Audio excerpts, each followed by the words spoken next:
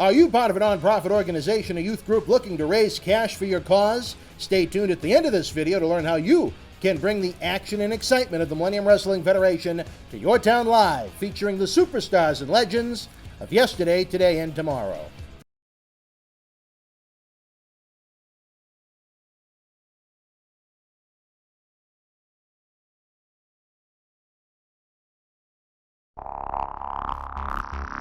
Portland.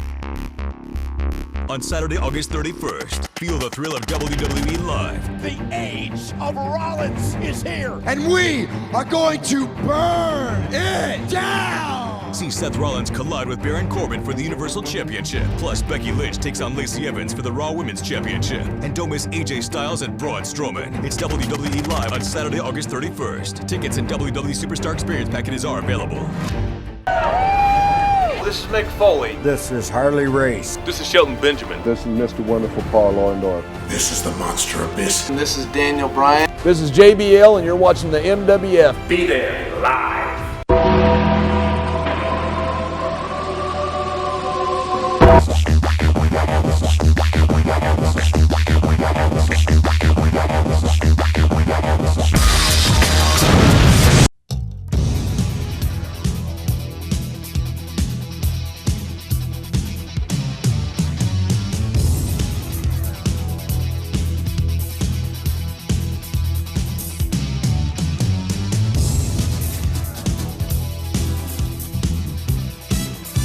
Wrestling fans around the corner, around the world, I'm Dan Marani. And I'm Mr. USA WWE Hall of Famer Tony Atlas. It's a WWE pay-per-view weekend, so what does that mean? We're back with a brand new Memories and Legends. We got a lot to talk about tonight, as always. Tony, again, we want to remind the fans, the second chapter of the Millennium Wrestling Federation is unfolding.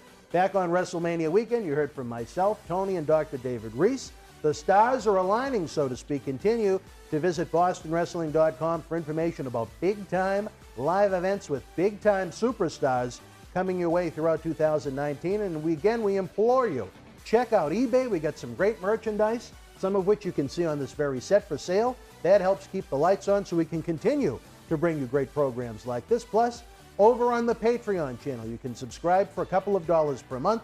You get full-length studio shoot interview DVDs, MWF Wrestling, early access and full screen presentations of Memories and Legends with myself and Tony, and so much more. We want to keep the veterans working in 2019 and beyond, and we want to give a great platform to the independent talent of today that's looking to become the next Tony Atlas, so to speak. Yes, you know, wrestling had came a long way since my day, and people ask me, say, what do you think of the wrestling today compared to the wrestling of yesterday? Well, I think the wrestlers today are more athletic. First of all, they do a lot more stuff. In my day, we had one guy that came off the top rope, and that was Jimmy Superfly Snuka. Now everybody does it. So wrestling has evolved a great deal, where it has made itself competitor to any sport in the world. It is a different presentation, maybe is the best way to put it. Right, but it's competitor to all the entertainment, sports entertainment in the world. I mean, when Monday Night Raw, I do channel searching, because I say, oh, I'm not going to watch Raw tonight. I'm going to change the pace. And then I can't find nothing to watch, so I come right back to Raw. It's #1 for Monday night. All right, Tony. I've been looking forward to this one personally for a while. This episode is going to be focused on the brawlers, so to speak, the guys that went out there and gave fans something that you really can't see in 2019, an old-fashioned bloodbath, so to speak. Some anger, some hatred, some venom. We're talking about a few of the WWE Hall of Fame brawlers tonight. We want to start it off with the man that probably was my first introduction to you after WWE back in 1986. That would be the man from the Sudan, Abdullah the Butcher. Abdullah the Butcher lived in blood. You know, he bled in Japan, bled in the United States, bled in Mexico. And if you got in the ring with Abdullah, you was going to bleed too. And not only did he seemed like he got an enjoyment out of bloodbaths, but Abdullah the Butcher, guys like Bruiser Brody, Abdullah the Butcher, there were several guys that just, Dusty Rhodes was another one. I mean, every time you see a picture of Dusty Rhodes, you know, he's bleeding from the Joe LaDuke. He was another one. Magdal Vachon, Ivan Koloff. When you see all the old pictures of all the other guys, the purple, all them guys, you always see them with the bloody forehead. And when you see them today in person, those that is there around, you see all the scars, like on Carlos Colon head. You can see the massive scars. Abdullah the Butcher, you know, his head looked like somebody went through it with a cultivator. You know, right. but there was a time that the people wanted to see blood, and these guys made sure they gave it to them. What do you think about blood in 2019? Do you think it's a day and age now where the time has passed? Or do you think in moderation, in small doses, blood could really enhance the product in big angles to set up big matches? One of the things that cut the blood out in pro wrestling was when the AIDS epidemic hit. A lot of guys who were very, very promiscuous, they was unfortunately to attract the disease AIDS. And another disease that raises its head that we figure was long gone is hepatitis. Yes. So hepatitis came from with a lot of guys, when the drugs came into the business, where a lot of guys were using a needle to inject themselves, and they all attracted hepatitis. So the commissioners in most states, they kind of outlawed the blood. So now if you bleed, they would stop the match, simply for the reason of hepatitis and AIDS was one of the main causes for so much blood in the wrestling world. WWE banned blood altogether on the record back in 2008. But if you get bust open, I mean, it's not WWE's fault. I mean, things happen. No, absolutely not. Yeah, things happen. I mean, I've been in many matches where blood was not called for, but I end up with a bloody nose or a busted lip, or I hit my head up against the turnbuckle, one of the screws or something, and one of the guys laid one of the punches in a little too solid and split me open. So it happens. So if it do happen with WWE, it won't be an intentional thing. Well, there's been a few interesting incidents with Brock Lesnar the past few years, but we're not going to touch about that. Right. We're going to talk about Abdullah the Butcher, a man you've known going all the way back to the 1970s, Tony, down in Georgia. Yes, you know, Abdullah the Butcher, I tell you, this is a true story. Tony Atlas and Tommy Wildfire Rich, we got our start with Abdullah the first night at the Atlanta City Auditorium in Atlanta, Georgia. I was wrestling under a mask, and they called me Black Atlas. And I just did my match. I went back in the back, and Tommy Rich had just came in from Tennessee. So Ole Anderson, who was the booker at that time, he won the Minnesota Wrecking Crew, Ole and Gene Anderson, they wanted Tommy to come in, put Abdullah over, go back to Tennessee. Where Tommy Rich, when he came through the door, at that time, the crowd went wild. I mean, he was a nice-looking kid, had this long, blonde, silken hair, you know, and when he came to the ring, every woman in the audience just fell right out. They were just so amazed with to see, because wrestling was not known to be good-looking in my day. Right. You know, we were big, rugged guys. We was not, you know, pretty boy. He was a pretty kid. So Abdullah went to work on him, and all of a sudden that silky blonde hair turned bright red in the ring. So Ole Anderson come back and said, Tony, go and get Abdullah out of the ring, help Abdullah out of the ring. The fans are coming to the ring. We're going to have a riding on our hands. He said, they're going to the ring. So I put my mask back on, but I forgot to tie it. You know, you tie your mask. Right, yep. So when I jump in the ring, I ran in the ring, Abdullah said, slam me. So I picked Abdullah up and slammed him, but because he was so massive, the mask came out with it. And then me and Tommy went on TV the next day, and we formed this team called TNT. T for Tommy, T for Tony. And we wrestled we went 4 years, and me and Abdullah, we fought in every type of match in Japan. We fought in Puerto Rico. We fought all over Georgia, all over Florida. You know, you can see pictures now of me and Abdullah in our battles there. You look at Tony Atlas versus Abdullah the Butcher, there are many matches. And I guess our favorite matches, me and Abdullah, was mainly in Puerto Rico. Bloodbath. The bloodbath was in Puerto Rico. I mean, I got a picture at home, and I got a briefcase hitting Abdullah in the head with a briefcase. So we got our start that night. And from that day on, Tony Atlas was born, and Tommy Wildfire Rich was born. And Abdullah It happened all in one night. Well, I tell you this, Tony, I've spoken to individuals off the record before, building up to some of our interviews, and they said they believe that Larry Shreve, Abdullah the Butcher, pulled the mask off intentionally, thinking it was going to help you. Do you believe that to be true? No. It was an accident. It was an accident, yeah. Because when I went to pick him up, his stomach, you got to realize Abdullah that big around now, you know, he couldn't reach back there to get my mask. Right. So when I picked him up, as I took him over for the slam, and then Abdullah never been slammed in his whole life. This is the first slam he ever took in his whole career. So Ole Anderson said, I want you to do it again on TV. So I had to slam him again on TBS. So twice. Abdullah took 2 slams his whole career. And Abdullah, he was not someone to shy away from the No, blade. he was 400 pounds at the time. I'm talking about the blade, Tony. Oh, he liked to use the blade. He wore them on his fingers. Now, explain that.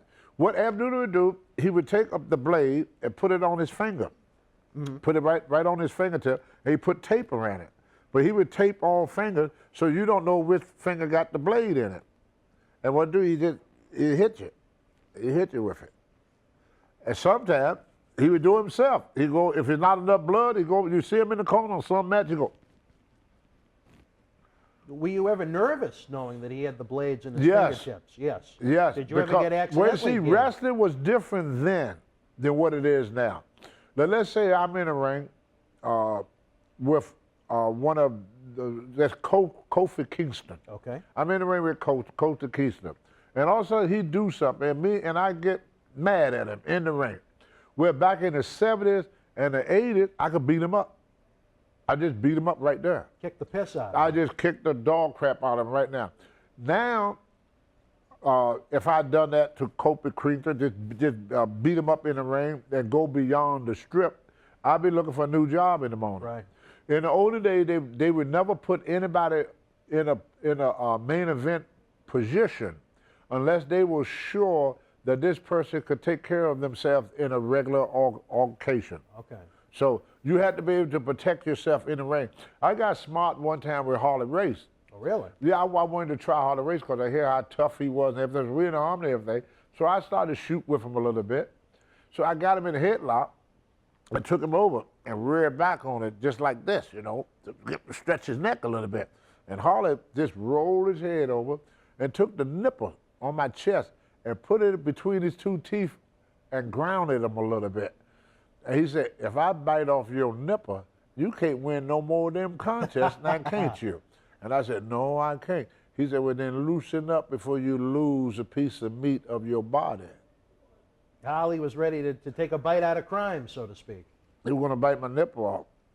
Well, Abdullah was... And guys could do that back then. Right, You know, different if era. you didn't go along like Sweet Hamster, you didn't go along, they would just take you in the ring and just beat the crap out of you and throw you out of, you know, that was it. Do you And think- then when they get back to the back, the first day, they would tell the promoter, well, you know, I didn't want to do that, but, you know, the kid, you want this, you know, you want to fuck him up. Then they would go chew you out and say, look, he's a veteran, you do what he said. And that's how it was. Well, like with Bob Backlund did not want to drop the title to Hogan. That's why the Sheik had to be what you call the transition transition champion, because they want to put somebody in the ring that they felt could have took Backlund if Backlund decided not to lay it down. Ed Strangler Lewis did the same thing back in the older days. Sometimes when you put a title on a guy, the hardest part was how you're going to get it off of him. Right.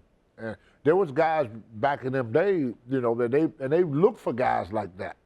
I mean, they search guys out like that. You know, most of these guys like Mulligan, they was all street fighter, ex-Marine, Yep. Murdoch, rugged, you know, redneck bar fighter.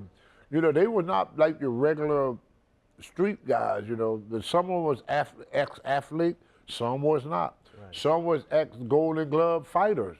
You know, like Danny Davis, he was a referee, but he's also was known all over Rhode Island being one tough little SOB in the street. Not the biggest guy physically. Not the big guy, but physically. But he had that fight in him. That's right. In fact, he saved Vince Jr. life one time. How did that happen? Well, Vince went in this hotel. Danny Davis told me the story. Went in this hotel to check in or something. And Danny was riding with him. And he got in a confrontation with somebody, a couple of guys in the lobby. Well, anyway, the fight broke out.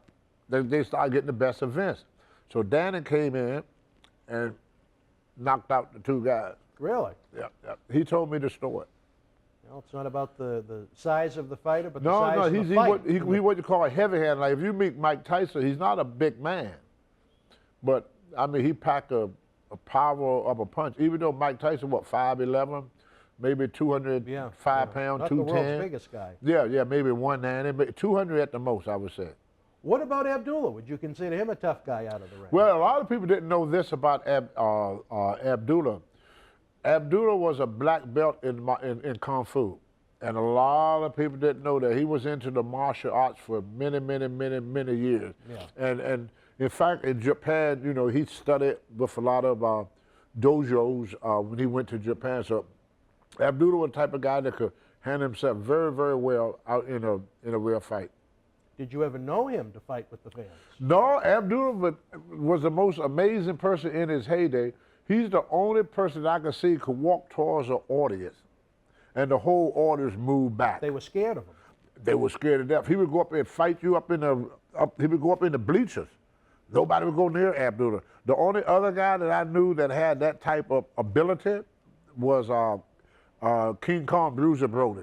Brody was another one. His famous rivals. Yeah, they was famous. But both of them guys, if you saw Bruiser Brody or you saw back in them days or Abdullah coming at you, you just move.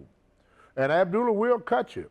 I mean, a lot of the fans sometimes would not move. He just hit them with that blade. They'd move then. Well, the blades are so sharp they don't know they cut, and then they see the blood running down. Did he ever gig you accidentally? Not accidentally. He was a professional. Very good with the Very good with it. If he cut you, he meant to do it. There was no beating around the bush. But one of my best friends, I love him to death. He had a wonderful restaurant in Atlanta, Georgia. The House of Ribs and Chinese House of Ribs and Chinese food, which was absolutely delicious. And he gave me a lot of good advice, which I didn't listen to, regrettably. But he always tried to help me. And he had a little bit of problem with Kamada, because Kamada believed that Abdullah blocked him from going to Japan because their gimmicks were so similar. So he did what he could, which was, looking back on it, was called business. Right. I mean, you couldn't have Kamada and Abdullah at that period of time in the same area. That's why when Vince McMahon Sr. made Rocky Johnson and myself the first black world champion, we were the first two blacks to be on top at the same time. Normally you have a minority on top and then one on the bottom. He did it again with Fuji and Saito. He did it also with the Samoans. Back in the days of Toru Tanaka, you had Toru Tanaka here, and every other Oriental was here. You had Ricky Steamboat here, and anybody else was an Oriental would be here, And he's also doing it right now. He got this Oriental kid behind you there. I don't know his name. Shinsuke Nakamura? Nakamura, and also he's doing it with the girl there. Asuka. Asuka, so. Asuka. But in the older days, if they put one on top, the other one would automatic, like Tony Atlas was here, SD Jones was here. Right. They had a main eventer, a top card guy, and then had an undercard guy. But very, not until the mid-'80s, where they would put two of the same nationality, in a top position.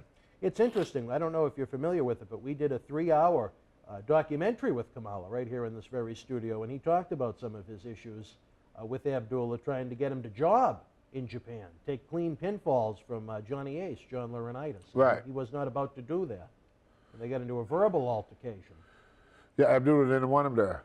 No, he wanted him to job out and go home. Yeah. Well, two very memorable characters. Yeah. I liked them both. But I guess you'd need them at They was in different times. competition for each other. Right. Shreve wanted the paydays. Right. He didn't want Kamala to get a taste. Now, well, once a book been read, it's old. So once the Kamala came in, Abdullah knew that his moneymaker days were been over. It's just like when I noticed when Hulk Hogan first came to Japan, and Andre the Giant been going there for years. And because Hogan was so big and so tall and was so popular with the Japanese people, Andre the Giant, Hogan, his first night there, beat Hogan so bad, ran him all around the building, ran him out the building. He did not like Hogan at that time because to him, Hogan was a threat to him, his money in Japan. Where when Vince McMahon started calling Big John Studd the Jank. Didn't go so well for Didn't John go in the good ring. with Andre. I mean, I felt sorry for John Studd. He was a Big very John, nice guy. Very nice individual. But when he got in that ring, Andre would go straight for him. If you watch some of the old matches, Andre didn't wait for no introduction. Like Jaws, the shark going after him. Yeah, it was no introduction. It was no the bell ringing. It was like a pit bull. He saw him, and as soon as he lay eyes on him, he went for him. I wrestled with Andre the Giant in a Meadowland against Ken Patero and Big John Studd. And I get in the ring, me and Patero, we working around the ring and everything. And all of a sudden, Patero reach up and tag John Studd. So John Studd, Patero going to hold me and tell Studd, get to me, Big John Studd. So the ring started moving.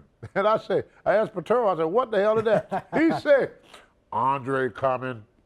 Just like that. He said, here come Andre. And sure enough, I got hit. Patero got me in the headlock like this. Andre, you know, you see them big feet going by me. Boom, boom, hitting right for a jump.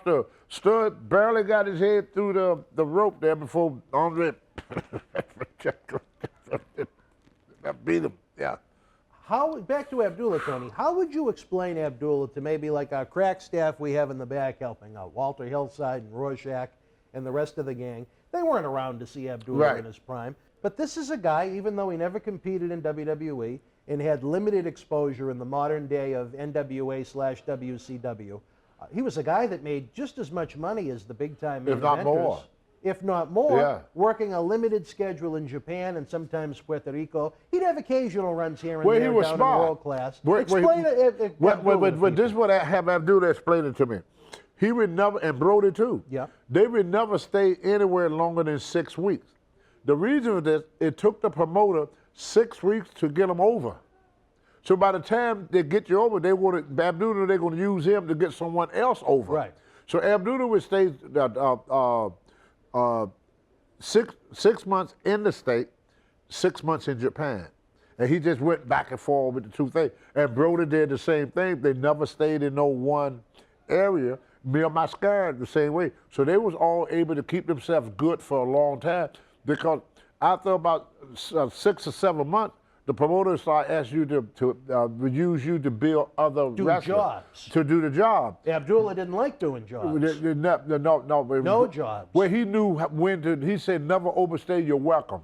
So after about 6 or 7 months, Abdullah would either go to Puerto Rico or he would go to Japan, and Brody would do the same thing. And another guy that went along with the same routine was Mil Mascaras.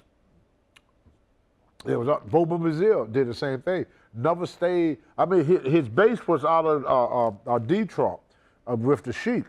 Right. But they had a legendary feud too. Legendary, and they fought for years and years and years. But he never stayed there. Yeah. Then he would leave and go to Canada for a while. He would leave and go to the WCW or WWF or Never AWA. WWF. He never wrestled in Madison Square Garden. Never did. Bobo. Never did. No, I'm talking about Abdullah. I'm sorry. No, not Abdullah. No, Bobo had a run. Yeah, Bobo did. But what I'm saying, Abdullah and all of them was on pretty much the same schedule. Joe LeDuc, they knew how to protect themselves for not, because once the promoter get a tape of Ernie Ladd was the same way. Ernie Ladd never, I think he stayed in Louisiana longer than he stayed in. Well, he was based out of Louisiana, but he would go to Mid-South for a while. Yeah. But then you see Ernie the following week, about 6 or 8 months later, he's in Georgia Championship Wrestling. So a lot of guys, they didn't stick with didn't stay in a territory, and they done that in order to keep their name from being hurt. All right. Well, with Abdullah, and I kind of witnessed this firsthand one time when I was up with Abdullah and Tony Rumble down in Cherry Hill, New Jersey. Kind of notoriously cheap. Yes. Was he a cheap man? Well, I wouldn't say cheap. I would say he watch his money. Frugal. Well, all the guys back in them days were pretty much that way. You know, because see, Abdullah came from Canada originally, right. And he came up poor. And the big spenders during that time was guys like Ric Flair, Tony Atlas, Andre the Giant, certain guy. But he was a type guy, he wanted to take his money home. Right. See, Abdullah was a businessman. He invested his money. He would invest his money. I was about a bunch of jewelry. He said, don't buy a bunch of jewelry, Tony. Get one nice piece. He said it's better to have one good piece of jewelry than a whole bunch of that little bit of cheap stuff. He would invest in gold, and he would invest in real estate. And sure enough, when his career was all over, he invested in the food industry. Yeah, in a restaurant. So he was one of them guys. He did not want to leave the business broke, because the history of not just wrestlers, but the history of a lot of great athletes, they leave, they make a lot of big money, but then when they leave the profession, they no longer have anything to look back on. And Abdullah did not want to be one of them people. So and it's guys like that now. I hope he don't mind me saying this. Kane would not spend no $100 for a hotel room. He won't do it. Yeah. He would look around and find him a $69 or $79 hotel. If it's $100, $120, sometimes the office would get us hotel room. These hotel rooms normally go for $250 a night, but we could stay there for maybe $110 or $115. Right. I ain't talking about Motel 6. I'm talking about Like the Westons, the Hiltons, right by the airport, and shelter, continental, breakfast with free buffet, meal. free breakfast, the whole killer caboodle there, And we were staying at like the Mohegan Sun. The rooms were, expensive, but Sure are. yeah, but the guys was able to stay there for like $80 a night. Same thing in Boston. We just stay at used to be the old. Right there in Rivera, right by the Rotary there. Yep. It was a hotel we stayed at. Everybody else to check in the hotel during that time was paying $150. We were paying $60 a night. Yeah, you got a good deal. $60 a night, right by the airport, shelter to the airport and everything. So this was, right at the Rotary, Yes, right there where you get on Rivera, 60. I know exactly where it is. That's right. It's Sugar. I think it's a Sheraton now. Yes, it's Sheraton. Yeah, nice hotel. It used to be a Hojo's. That was a Hojo, Howard Johnson. That's right. And then right around the corner from that, it's a gym I used to go to. Yeah. Now, let me ask you this, Tony. Abdullah the Butcher, we mentioned, never had a big run in WWF. He was never there at all. Were you surprised to find out that Abdullah was going to be enshrined into the WWE Hall of Fame? Nope. Was it deserved? Yes, he did. Yes. He did. I was not surprised because there was a lot of people that, like, take William Perry, the refrigerator. He had one match. One. Right. He's in the Hall of Fame. Snoop Dogg appeared one time, got in the Hall of Fame. So you had a lot of people in the Hall of Fame that did not work for WWE. Vern Gagne, I don't think he ever worked for WWE. See? Were you surprised to learn that Abdullah, as soon as the induction was over, sold his ring? No, I didn't know He got that. $20,000 for the ring. You kidding me? No, you didn't know that. What a smack in the face. That's how disgusting. I looked at it. That's disgusting. Well, we mentioned he was frugal. Yeah, but you don't do that. I'm disappointed to hear that about him. I mean, that's an honor. Paul the Vader. Leon would have loved White. it. He would have loved it. Yeah, I mean, he put in so much into this business, and world champion with WCW, the whole killer caboodle, and he left away from here not having the opportunity to be in the Hall of Fame. And Ivan Koloff just passed away. Yeah. And then poor Jim Neidhart, they put him in now, but he don't know he's going to be there. Right. All them years, Jim Neidhart and the Hart Foundation, they put Bret Hart in. They put everybody in, but they didn't put, Jim Neidhart in. Yeah. They did it this year, thankfully, but the man is gone. So he would never enjoy. Abdullah was able to enjoy that ring. He was able to wear that ring. No, he didn't wear it for very long. He was able to enjoy the sermon. Right. He was being honored. He got his $5,000. Well, he was honored. It's not so much the money. It ain't all about the money. He's being honored by the greatest wrestling organization in the world. Like when them football players refused to go to the White House to see President Trump, To me, that was disgusting. I mean, how many people get the honor? Of being invited to the White House. To the White House. Being invited, they're going to pay everything, they're going to fly you on their jet, put you up in a nice hotel, and honor you. I mean, they could. That's a story they could tell their kids from when their football career is all over. Sure. None of them guys going to ever have a bigger event than being invited to the White House. And every player had done it. You know, it ain't so much if you like our president or you dislike our president. You have to learn to separate the man from the position. Right. Like, I may meet a police officer that I think is the worst individual walking the face of the earth, but that don't give me the right to disrespect his uniform.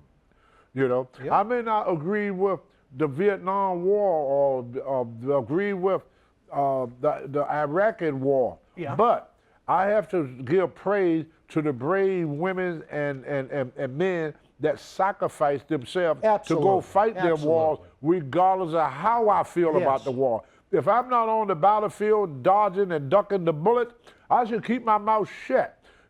Anybody that get an honor from an organization such as the WWE, that's a great, great, great honor to have for anyone. Are you disappointed in it? I'm very disappointed that he done that. Very disappointed. I didn't know that. Even though he was my mentor and he helped me a lot, this is one thing that I heard about Abdullah and I would tell him that was wrong to do. That's like taking it and throwing it back in their face. If Larry Shreve came to you and said, Tony, I think I'm going to sell the ring, I can get 20 grand for it, what would you have said to him? I would say, you're nuts. And you're being very disrespectful. You know, why would you go there to get it? 20 grand. Why you even go? No, but don't. Yeah, you see, it's got to have some moral value to yourself. No morals in that situation. He's showing no more, being very, very disrespectful to a place that honor him, and they didn't have to. I mean, you got a list of guys just sitting around waiting. That actually wrestled for them. That work for them, that would love to have that opportunity. Right. Love to have the opportunity. And then he take that opportunity and treat it like it's something that came out of a bubblegum machine. Right, yeah, not too wrong. But Tony, as we wrap up this segment, how will you remember Abdullah the Butcher, and how do you think fans should remember Abdullah outside of selling his ring? Abdullah was one of the what I would say one of the greatest, most excited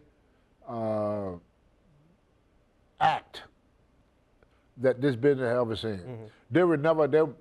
You can't repeat it. It's one of these things you could do at one time, and there have been many people come out to try to do similar, gimmick, the missing link, and so on and so on. But Abdullah made that mark.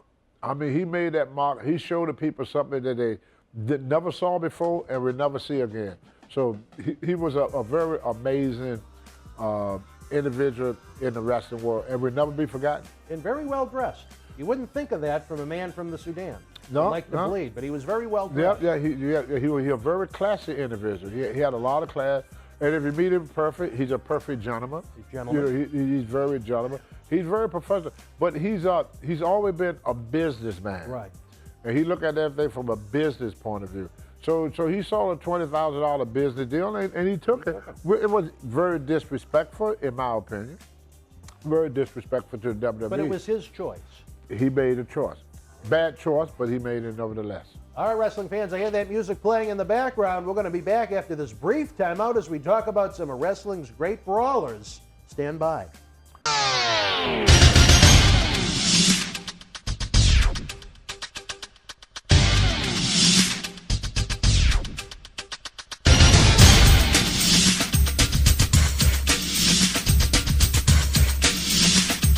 I'm Dan Marotti. And I'm John Cena Sr. Let us tell you how the action and excitement of the Millennium Wrestling Federation can help raise cash for your nonprofit cause. Experience the action and excitement of the Millennium Wrestling Federation live in your city, throughout New England, the tri-state area, down through the Carolinas, out to our friends in the Midwest and beyond. If your nonprofit organization is looking for an interactive turnkey experience while putting enough fun into fundraising, you've met the perfect tag team partner to work with. every step of the way.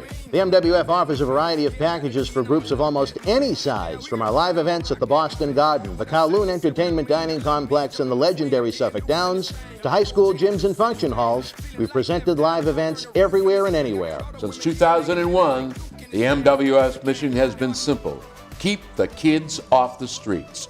Under the leadership of President David Reese, we bring the superstars of yesterday, today, and tomorrow to your town.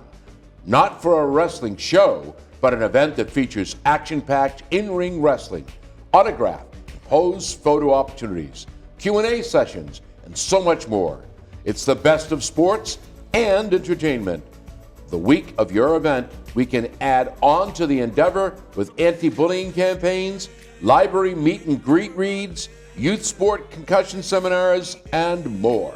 Our live events are fit for fans of any age from 5 to 95. This fall, as part of our new Kids Club program, we offer live event experiences exclusively for the youngest of fans. On the flip side, we can produce a tailor-made event for fans of an older demographic as well. We work with you every step of the way to get the word out to fans near and far on our local television offerings and to over 50,000 fans and growing on our social media platforms. Your success is our success. If your group has had enough of candy bar and wrapping paper sales and has the energy to team with our passionate fan base, bringing the NWF experience to your community is the answer to put smiles on faces while raising cash for your cause. Contact us today to get the ball rolling for your custom-made event that you'll want to bring back year after year to your community. Don't just take it from us. Here are the folks we've teamed up with in the past.